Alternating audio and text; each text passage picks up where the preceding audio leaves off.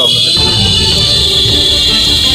Vote নির্বাচন commissioner যেটা চেয়েছিলেন 100% পিসফুলি ভোট,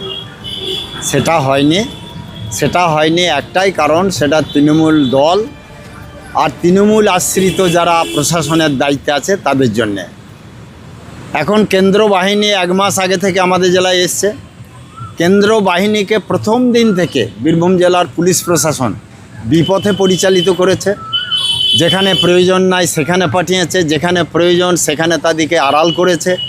সত্য ঘটনা, সত্য পয়েন্ট তারা বলেনি, আর তার জন্যে কেন্দ্র বাহিনী সঠিকভাবে কাজ করতে সুযোগ পায়নি।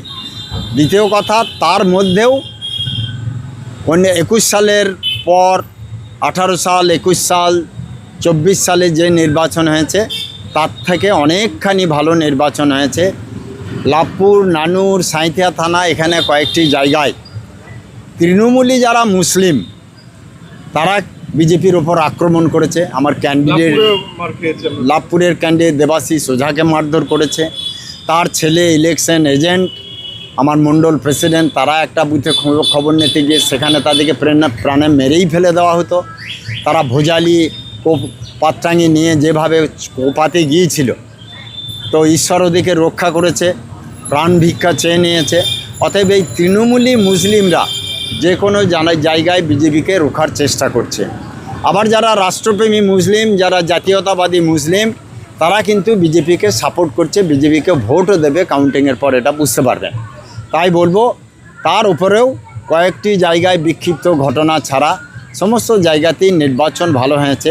পার্সেন্টেজ যেটা বলছে, এটা আমাদের রেকর্ড যে এত মানুষ নির্বাচনে অংশগ্রহণ বিগত দিনে করেনি।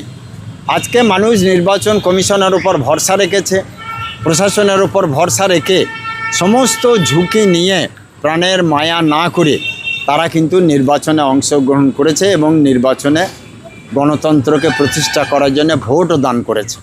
অতএব মোটের ওপর ভোট খুব ভালো হয়েছে। আর সেই ভোট 4 তারিখের রেজাল্ট, 4 তারিখে বুঝতে পারবেন যে বীরভূম জেলায় 11 সিটের মধ্যে আমরা মিনিমাম 70% সিটে আমরা জয়লাভ করবো, এটা খুব পরিষ্কার হয়ে গিয়েছে। মোবাইলে থাকলে ফ্ল্যাভিও সব কিছু আনি, আর আমাদেরও জানিও। Cheers, Flavio.